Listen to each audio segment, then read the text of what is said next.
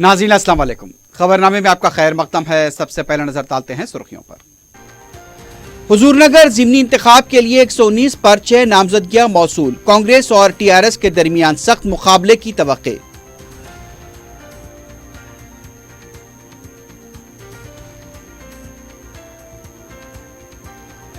RSS और हिंदुस्तान को एक नहीं कहा जा सकता। कश्मीर में गैर मौलाना इमरजेंसी क्यों लगाई गई, सदर मजलिस का सवाल। बिहार में सैलाब की सूरत हाल पर असद ओवैसी ने नीतीश कुमार हुकूमत पर की तनकीद। खलीज बंगाल में हवा का दबाव बरकरार, वक्फे वक्फे से बारिश। तेलंगाना के ज़खायर आब से फाजिल पानी का मुसलसल इखराज, मौसमी बेएतदाली बरकरार।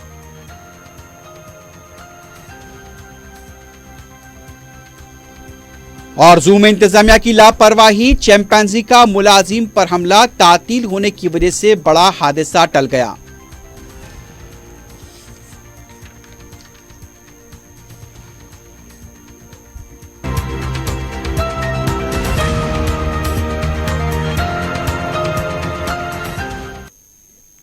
सुर्खियां आपने देखी है, बढ़ते हैं खबरों की तफसील की जानिब।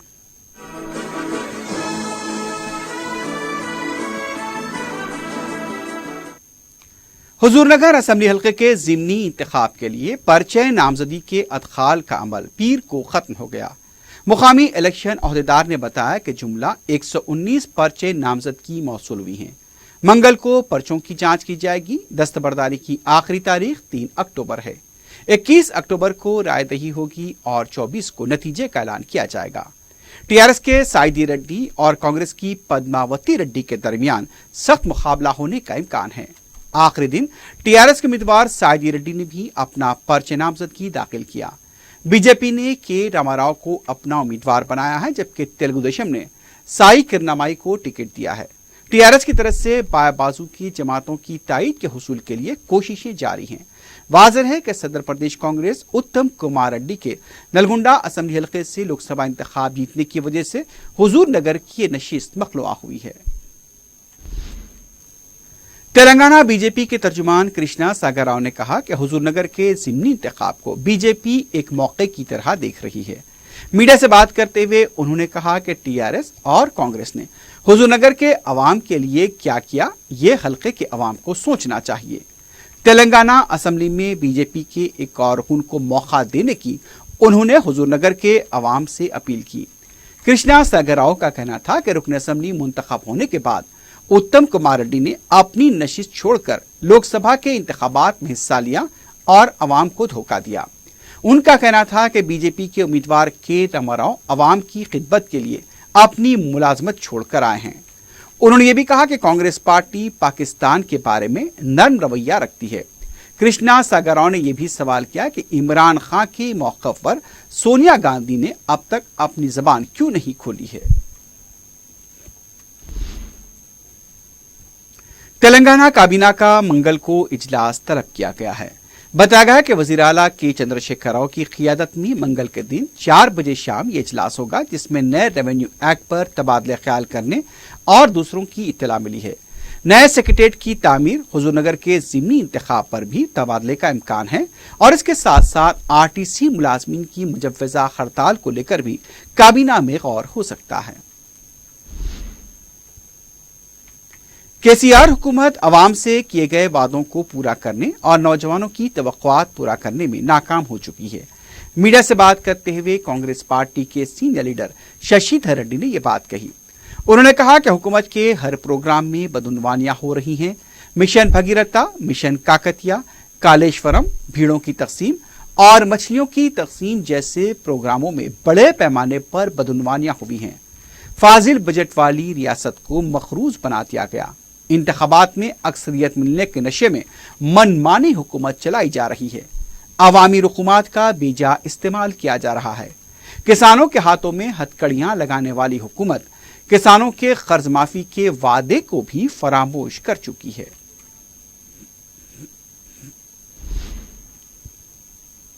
कांग्रेस के जनरल सेक्रेटरी जी निरंजन रेड्डी ने कहा कि सेक्रेटेरिएट की मुंतकली के लिए उजलत का मुजाहरा किया जा रहा है।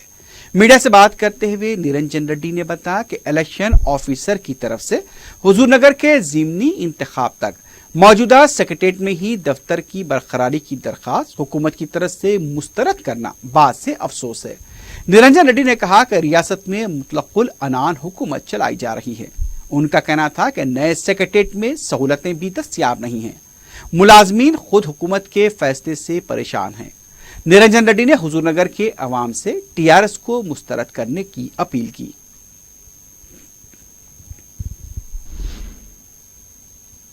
तेलंगाना हुकूमत के चीफ विप की हैसियत से विनय भास्कर ने पीर को जायजा हासिल किया।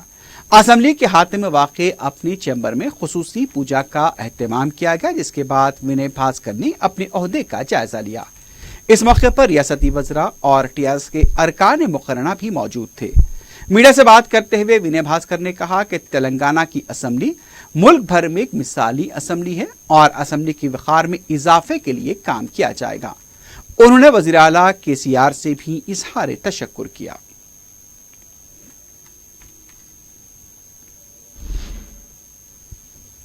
सदर मजलिस बैरिस्टर असदुद्दीन ओवैसी ने आरएसएस की तरफ से संघ को और हिंदुस्तान को एक कहे जाने पर शदीद रद्दअमल का इजहार किया है। बैरिस्टर ओवैसी ने कहा कि आरएसएस को तनकीद का निशाना बनाना जरूरी है। बैरिस्टर ओवैसी ने कहा कि आरएसएस को सरदार पटेल ने भी तनकीद का निशाना बनाया था और उन्होंने ही उस पर पाबंदी आयद की थी। आरएसएस और हिंदुस्तान एक है, हम इस बात को नहीं मानते।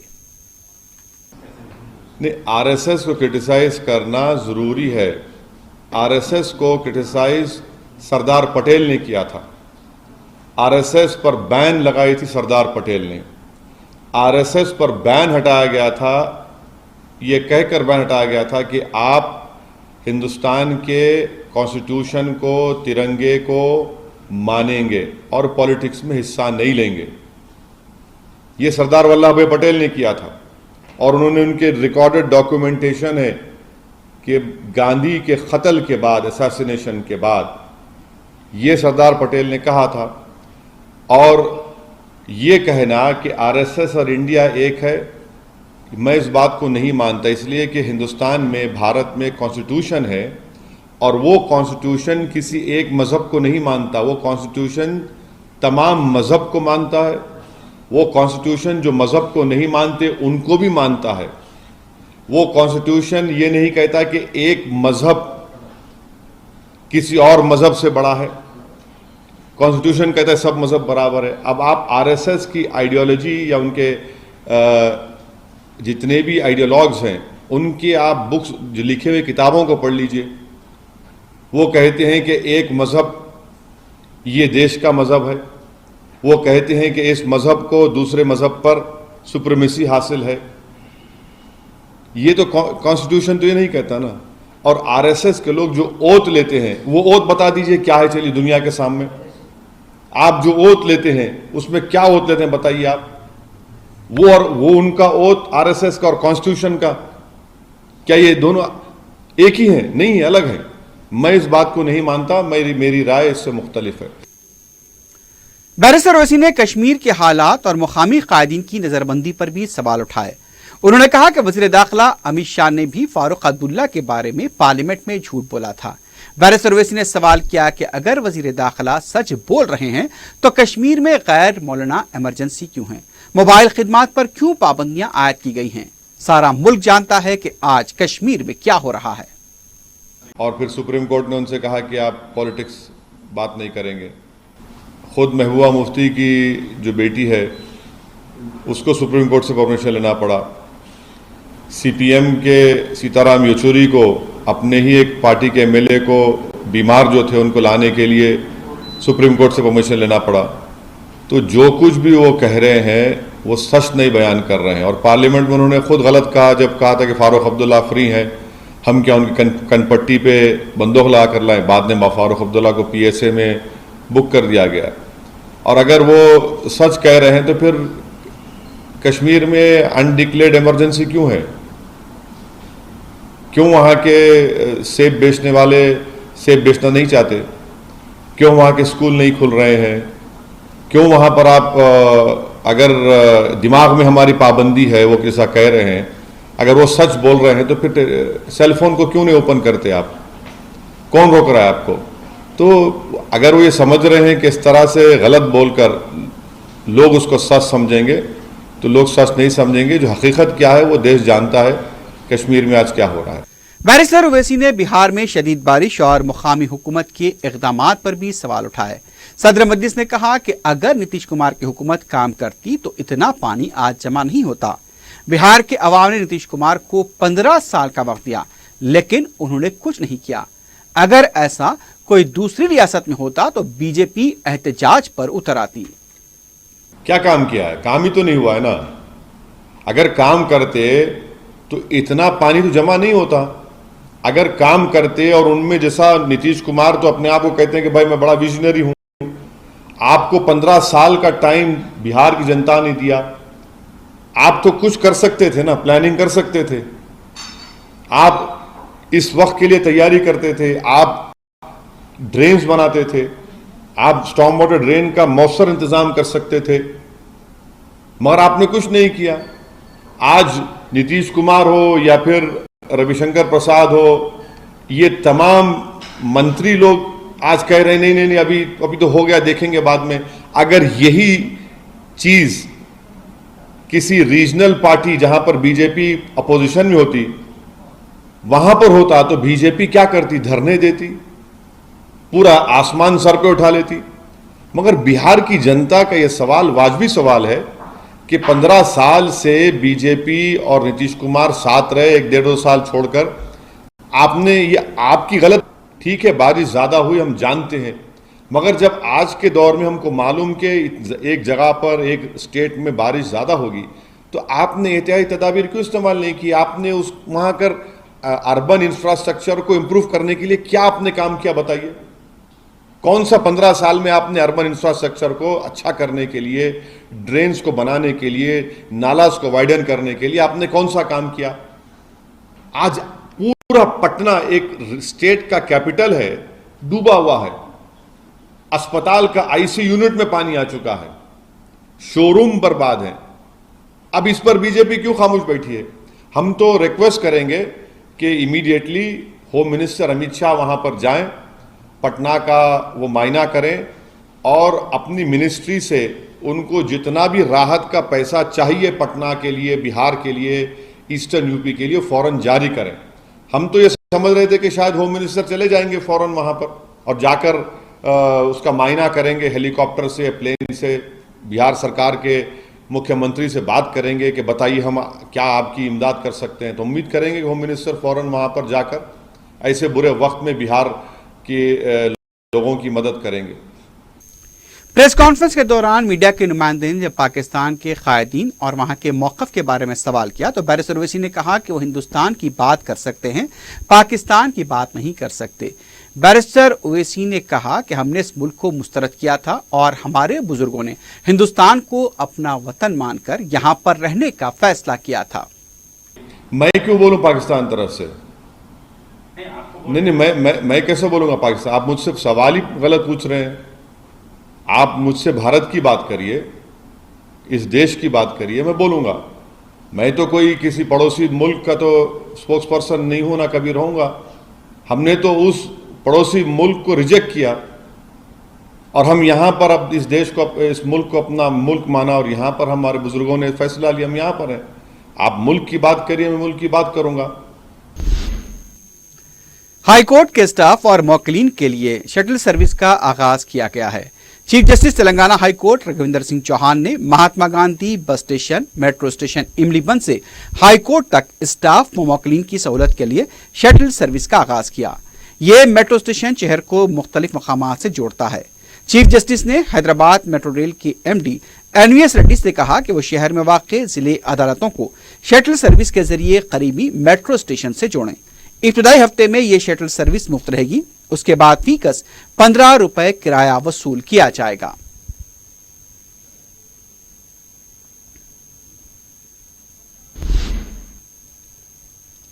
दक्कन में मानसून आमतौर पर माह सितंबर तक मुहित रहता है।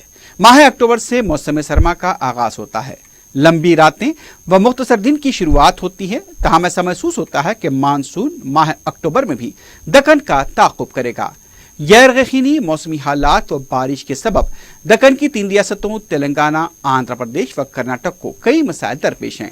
तेलंगाना में मानसून का आगाज 8 जून को मिरक्कारती से शुरू होता है।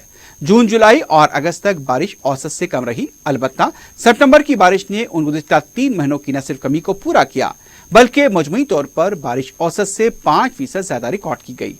गुज़िश्ता मंगल की बारिश ने 116 रिकॉर्ड कायम किया। श्रीसैलम, नागार्जुना सागर, चोराला व दीगर ज़खायर न सिर्फ लबरेज हो गए, बल्कि वक्फे से इन ज़खायर आब से फाजिल पानी का अखराज अमल में लाया जा रहा है। महकमा मौसमियात ने आइंदा हफ्ते तक जो पेशकयासी जारी है उसके मुताबिक तेलंगाना के कई इलाकों में वक्फे से तेज बारिश और चंद मकामात पर बूंदाबांदी होगी। मतला कहीं जुज़वी तो कहीं मुकम्मल तौर पर अबरालूद रहेगा। सैटेलाइट के जरिए जमीन का जो अक्स जारी किया गया है उसके मुताबिक खलीज बंगाल के वस्ती इलाकों, शुमाली तमिलनाडु, जनूबी आंध्र प्रदेश में हवा का एक दायरा बना हुआ है। हवा के इस दबाव के असर से मौसम बेअतदाल रहेगा। शुमाल की रियासतों में बारिश व सैलाब की वजूहात से इस हवा के दबाव का कोई ताल्लुक नहीं। तेलंगाना के अवाम को बारिश के इम्कानात से बचने शायद मजीद 1 हफ्ता इंतजार करना पड़ेगा। इधर पीर को शहर के कई मुकामात पर कहीं तेज तो कहीं हल्की बारिश हुई है। कई इलाकों में सड़कों पर पानी भी जमा देखा गया।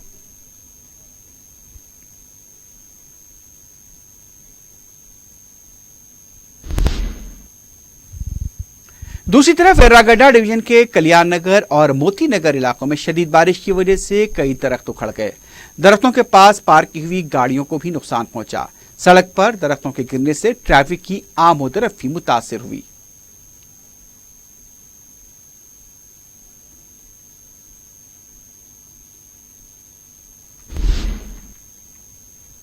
हैदराबाद क्रिकेट एसोसिएशन के नए सदर मोहम्मद अजहरुद्दीन ने अपने ओहदे का जायजा हासिल कर लिया।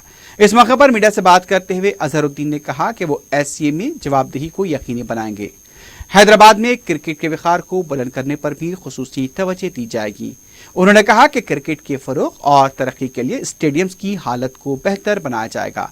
अजहरुद्दीन ने कहा कि पैनल की तरफ से तजावीज और मशवरों का वो खैर मकदम करेंगे।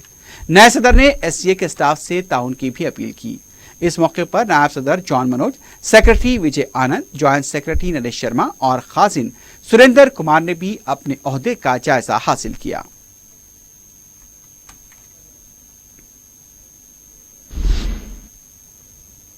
यूसुफगुड़े के इलाके में बलदिया की तरफ से फुटपाथ पर रहने वाले और कारोबार करने वालों को बर्खास्त कर दिया गया।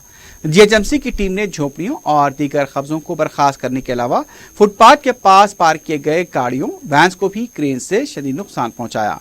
बल्दिया के इस इक़दाम से गरीब तबके की बेरोजगारी में इजाफा हो रहा है, क्योंकि लाखों की तादाद में गरीब तबका अपनी रोटी रोजगार के लिए फुटपाथ पर कारोबार करते हुए अपना गुजर बसर करते हैं।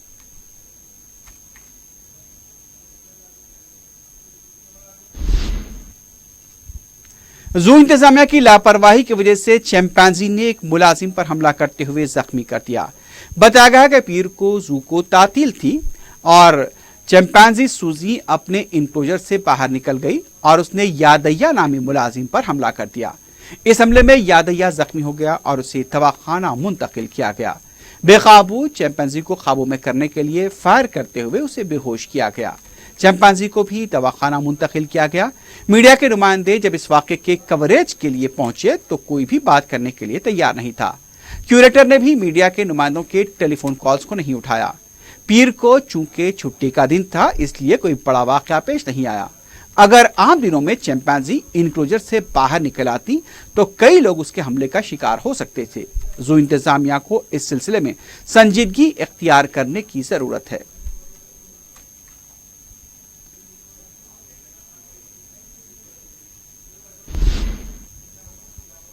ईएसआई मेडिकल स्कैम के सिलसिले में सीनियर असिस्टेंट सुरेंद्र नाथ को भी गिरफ्तार कर लिया गया। बताया गया कि मेडिकल स्कैम में सुरेंद्र नाथ का भी बड़ा रोल है। डायरेक्टर देविका रानी का नाम लेकर वो निचली सतह के मुलाजमीन को धमकाया करता था। तफसीलात के मुताबिक सुरेंद्र नाथ फार्मेसी में काम करने वालों को अक्सर धमकियां दिया करता था और देविका नामी का नाम लेकर उन्हें डराया करता था। पहले वो आरसी पूरम डिस्पेंसरी में काम करता था, बाद में देविका रानी के दफ्तर में वो काम करने लगा। यह भी पता चला है कि फार्मासिस्ट को धमकाकर गलत बिल बनाया जाता था। अब तक इस स्कैम में 8 से ज्यादा अफराद को गिरफ्तार किया गया है। उनके खिलाफ तहकीकात भी जारी हैं। यह भी इत्तला मिली है कि मुलजिमीन ने जमानत के लिए अदालत में दरख्वास्त भी दाखिल कर दी है।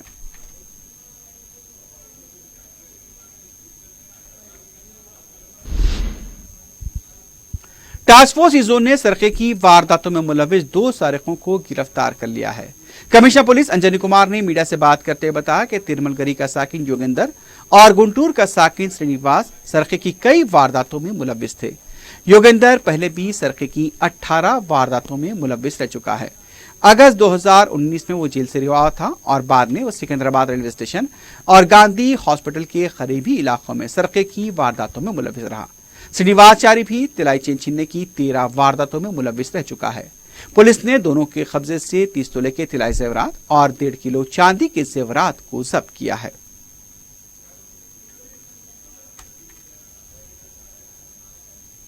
आखिर में सुर्खियों पर एक बार फिर नजर डालते हैं। हुजूरनगर जिमनी इंतखाब के लिए 119 पर्चे नामजदगियां मौसूल। कांग्रेस और टीआरएस के दरमियान सख्त मुकाबले की तवक्के।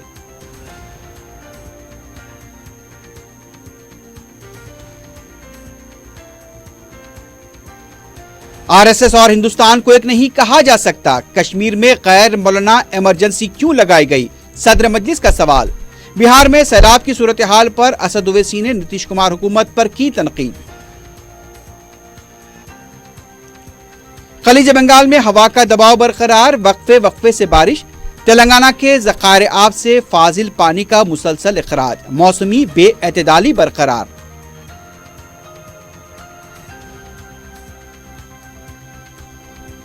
और जू में इंतजामिया की लापरवाही, चैंपियंजी का मुलाजिम पर हमला, तातील होने की वजह से बड़ा हादसा टल गया।